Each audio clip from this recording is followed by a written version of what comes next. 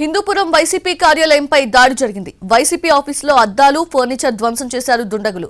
అంతకుముందు బాలకృష్ణపై Hindupuram YCP incharge Deepika భర్త వేణురెడ్డి ఘాటైన వ్యాఖ్యలు చేశారు. 40 ఏళ్లుగా ఈ ప్రాంతంలో మనం ఎవడి కిందో బానిస బతుకులు బతుకుతున్నామన్నారు వేణురెడ్డి. ఎవడో హైదరాబాద్ లో ఉంటే వాడి కింద మనం బతకాలా అని ఘాటు విమర్శలు చేశారు. ఈ క్రమంలో హిందూపురం వైసీపీ ఆఫీస్పై దాడి చేయడం కలకలం రేపుతోంది.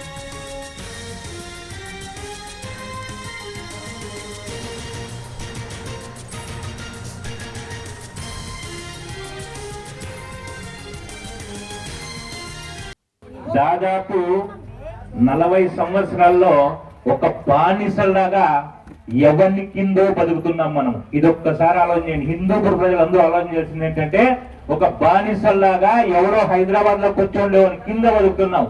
వానికి ఓట్లు వేస్తాం, వాడు ఏడా కూర్చుంటాడు, మనం ఈ బానిస బతుకుతున్నాం. మనల్ని మనం పరిపాలించుకోవాలా, లేకపోతే ఎక్కడో ఉన్న వ్యక్తుల చేతుల కింద వాళ్ళ కాళ్ళ కింద బతకాలనేది మీరు ఆలోచించినట్టు. ఒక్క అవకాశం అన్నా, ఒక్క అవకాశం లోకల్ గా ఉన్న వాళ్ళకి ఒక్క అవకాశం మాకు ఇవ్వండి, ఏం చేయాలో అంతా చేసి చూపిస్తాం, మీకు ఎక్కడ చూసుకోవాలో అక్కడ చూసుకుంటాం, మీకు ఎల్లప్పుడూ అందుబాటులో ఉంటామని చెప్పేసి సందర్భంగా తెలియజేస్తున్నాను.